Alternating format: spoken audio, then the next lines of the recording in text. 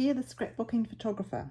Today we are working on the paper crafting YouTubers hop, which is Joyful July, as well as Stamping Like It's Hot for stamping on a frame. So Joyful in July, this actually was in July, but about 4 years ago when our little puppy Gracie arrived. She was only 8 weeks old, and our boys came down from Auckland to visit and bring presents for the new member of the family. So we've got one present here and another one here, which the big dog, Pippa, decided to steal. So we've got presents going on here. So it was a very joyful time. And we're going to stamp a frame around here on the white and work with some papers from the birthday pack from Close to My Heart, which I have a few leftovers with. And we'll also probably throw in some of the die cuts from this old pack here. So no new product to share with you today, but a technique of stamping on a frame. So to start with, we're going to make the frame to go around this photo. Now I've left this one at 4 by 6. I have trimmed the others down to a lot smaller to work on the right hand side of the page. So this is obviously taken at a similar time, but I'll frame this one and leave this one on the side. So this is 4 by 6, so I'll cut a white piece out at 5.5 by 7.5. Once I've cut that down to those sizes, you can see that there's a decent amount of room around the outside of the photo to stamp on. So I'll use the back side of the Versamat to stamp on, because it's always good to have a little sponge behind it. And I'm just going through some stamps that I pulled out of my supply to get a range of different shapes to put around the outside. So I'll put a little piece of scrap paper underneath, because it's really good to go off the edge of the frame that you want to stamp. And the first stamp I'm using is one of a gift. I think it's part of a Christmas or a birthday set, but turning the paper around and the stamp occasionally means that not all of the presents are in the same direction. You can see some of them are going off the side, and then I'll bring in a paw in a different colour. So I'm trying to stick to the primary colours that are in the paper pack. So this is Sapphire, and the presents were done in Candy Apple. So again, turning the paper around, or the cardstock around, to get this paw print in different spots and in different directions. And the next colour I'm going to bring in is Jade. And for that, I'm going to use just some textures, some little crosses, and they'll fill in some of those bigger gaps that we've got there, and also bring in that green colour. So bringing the photo back in to have a look and see how good the coverage is. It's not too bad, but you can see there's still a couple of little gaps, and we can even that up before putting that texture stamp and the jade away. So the next thing I'm going to bring in is Sundance, which is a nice bright yellow, and I'll use this small little dog bone shape to fill in some of those narrow gaps that are around the outside. And again, I'll overlap some of them onto the scrap paper so that there's only half a bone on view, and that just fills up the outside of the frame quite nicely. So bringing the photo back in, that looks good, and I'll keep those 4 colours handy so in case I'm stamping anywhere else, so I remember what I've used. I'll put this together onto the Candy Apple piece of cardstock, and I want these 3 other ones to line up nicely on the right. The middle photo is slightly taller than the 2 on either side, so it needs to go in the middle. And I'm thinking if I take 1/2 inch off 2 sides, we'll end up with a frame around the outside. As you can see, I've done that now, and then bring these photos back in. But I still think it's a little bit too much red, so I'm thinking I'm going to stick these down onto the Candy Apple and then use that as a frame around the outside of the 3 on the right, and also our frame. I really love this striped piece of paper that's in the Let's Party pack. So what I've done is trimmed it down so that there's the same frame around the outside and made it to fit underneath the column on the right.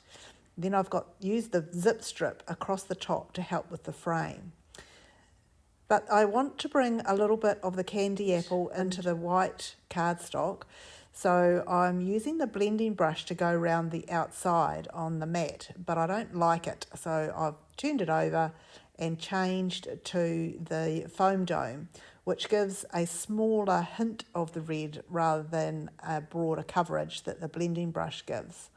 So I've gone around the outside of that, and I'll just need to tidy up the ink off the mat here so that it doesn't leak onto anything that we don't want it on.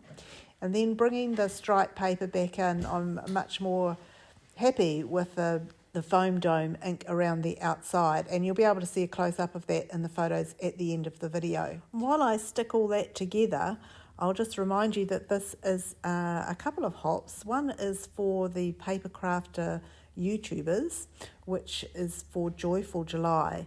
So it'll be interesting to see what other joyful moments people are celebrating in this hop.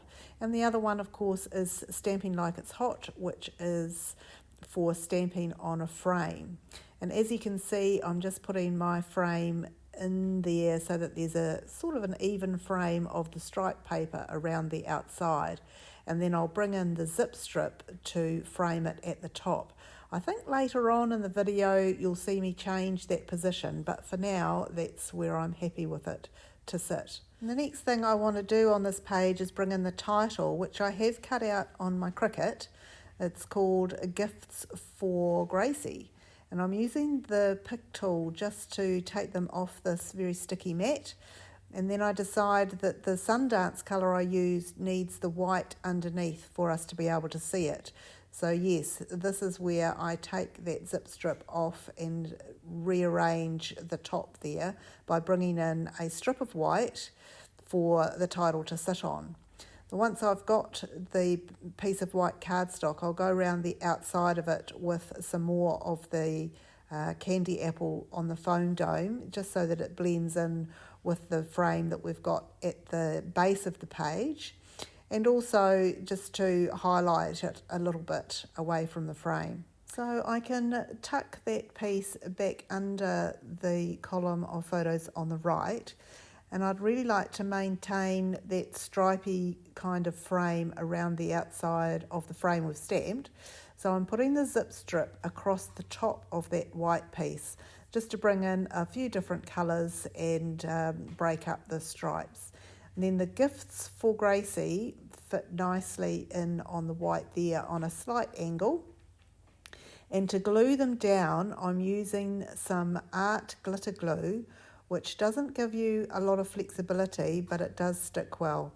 And it's got a fine tip. I've actually got a finer tip coming in the mail so that I can do some really tiny pieces with the glue, but it hasn't got here yet. It is quite fiddly putting these finely cut things down from the Cricut, but it works. It looks really cool. I like the effect that it has, and I have kept track of where the dots are for the eyes. So I'll flip through to the end and everything's there in place now. So then I can move to the sticker sheet and add a few more of these colourful pieces. I think there's enough candy apple on the page, enough red, so I just want to augment the blues and the yellows a little bit. So there's some stickers on there that work well for this page, even though it's a birthday sticker sheet. And I'll just pop a few things around to bring out those colours, as I say. And then a couple of journaling little sticky strips down on the left-hand side. Again, bringing in a third piece of white in there, which just kind of balances it, I think, with the white strip up the top and the white around our frame. And that's where I can do a little bit of journaling about the boys being there with their presents. There's a couple of stars and little bits that I'll pop around also, just to use up some of those stickers and fill in some of those gaps. So the journaling is pretty quick and easy. There will be a companion page that goes with it as well, with a little bit more of a story.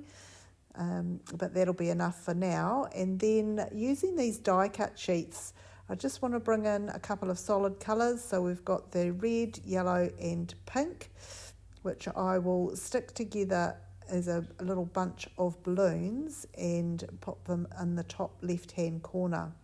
And then using the black pen, I'll actually draw some strings from the balloons coming down through the G into a little bow at the bottom. As I'm drawing the balloons, it appears to me that the red looks really good against the stripes, and it ties in really well with the solid candy apple underneath the frame and the photos. So I want to bring a little bit more solid red in. So I go to that die sheet and find a little word that's click, and then another one that's happy, which I think looks quite good on the photo. So I stick that on the photo just above the couch there because there's a little bit of empty space. And then also there's the letters that make up the word love, which will work really well, I think, on the bottom of the photo to cover over that empty space that we've got below my feet. So I'll stick those in and add a little heart at the end, and then we're just about done. I will add a couple of little white dots to 3 little spots, the stars down the bottom and the red balloon up in the top left. And that will be it. Thank you so much for watching today. I hope you've enjoyed the video, and I do hope you get the opportunity to see what others have done on these 2 hops. If you haven't clicked subscribe, perhaps today's the day, and then you'll see everything else that comes out on this channel. Thank you so much for watching, and have a happy day. Happy crafting, everyone.